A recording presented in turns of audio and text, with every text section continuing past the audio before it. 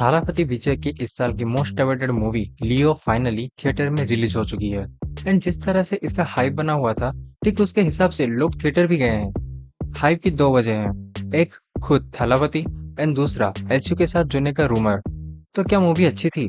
क्या ये एलसीयू का पार्ट है?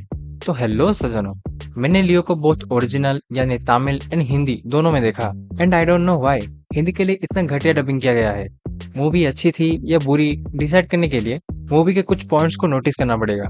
Action, acting, VFX and CGI, music, story and characters. Action की बात करें तो डायरेक्टर लोकेश कनगराज और एक्शन कोरियोग्राफर ने बहुत अच्छे से एक्शन सीन्स को जस्टिफाई किया है।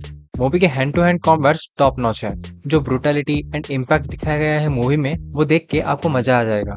हाँ, एक दो जगह है जहाँ थोड़ा एडजस्ट कर लेते तो बढ़िया हो जाता। मूवी का बेस्ट सेलिंग पार्ट है विजय की acting. Rage, sad, confusion and calm, हर सीन को अपने इमोशन के साथ विजय ने फुल ऑन जस्टिस दिया है। चाहे वो कैफे वाला सीन हो या फिर बेड के पास रोने वाला। दूसरे कैरेक्टर्स ने भी अपने इमोशन मैडनेस को लेकर ऑडियंस को निराश नहीं होने दिया। मूवी में वीएफएक्स बहुत जगह यूज किए गए हैं।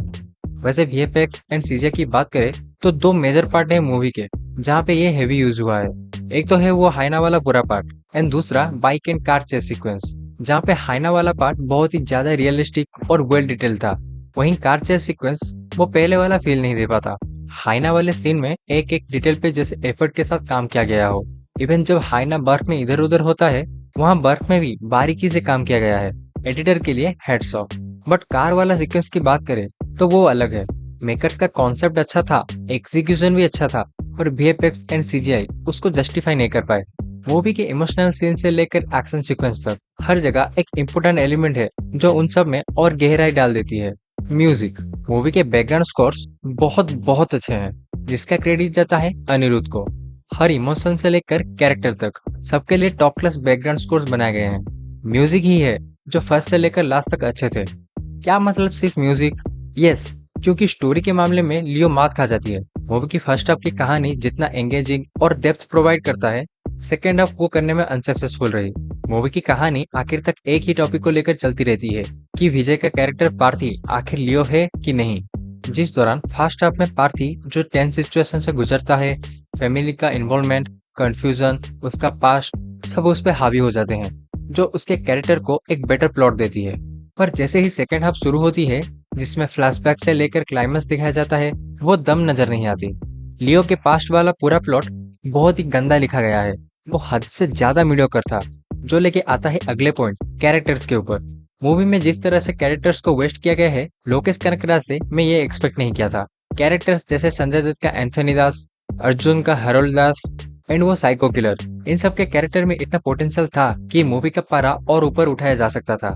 पर इन कैरेक्टर्स को अंडर यूटिलाइज करके जिस तरह से जाने दिया गया, वो ठीक नहीं लगा। क्या ये लोकेश कनकराज की बेस्ट मूवी है? Absolutely no. क्या ये उनकी बेस्ट मूवी बन सकती थी? Absolutely yes. इवन मूवी खत्म होते होते मेरे दिमाग में इन तीन कैरेक्टर्स को लेकर ऐसे ऐसे आइडियाज आ रहे थे। अगर उस तरह से मूवी बनती तो मूवी विथआउट डाउट लोकेश की बेस्ट मूवी होती।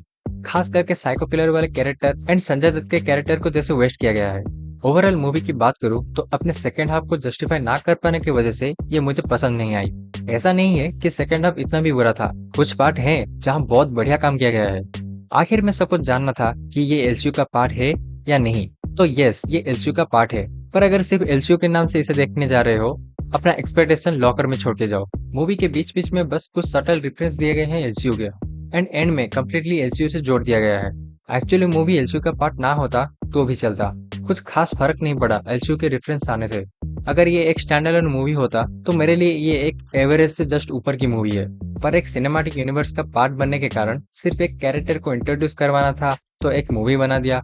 उस हिसाब से देखोगे तो ये मूवी ठीक है, बढ़िया तो बिल्कुल भी नहीं है। मैंने एलसीयू की दूसरी मूवी जैसे कैथी एंड विक्रम भी देखी है। उन सब के हिसाब से ये डेफिनेटली नीचे ही रहेगी। अभी भी कैथी को मैं सबसे ऊपर रखूंगा। पर मैंने जैसे कहा, इन्होंने एक अच्छा मौका हाथ से जाने दिया। मुझे ये थलापति की एक दूसरी मूवी थेरी की एक अपग्रेडेड वर्जन वाली मूवी लगी, with little bit of plot change. Well, movie अच्छी है, वन टाइम वॉच तो जरूर है। तो आपका क्या कहना है? मूवी आपको कैसा लगा? कमेंट्स में बताना जरूर। अगर मेरे थॉट से एग्री करते हो और लगता है कि मूवी में पोटेंशियल था और बेटर होने के लिए, तो लाइक करो और शेयर करो। वीडियो अच्छी लगी तो सब्सक्राइब भी कर दो। तो मिलते हैं अगली वीडियो में। तब तक के लिए टेक केयर।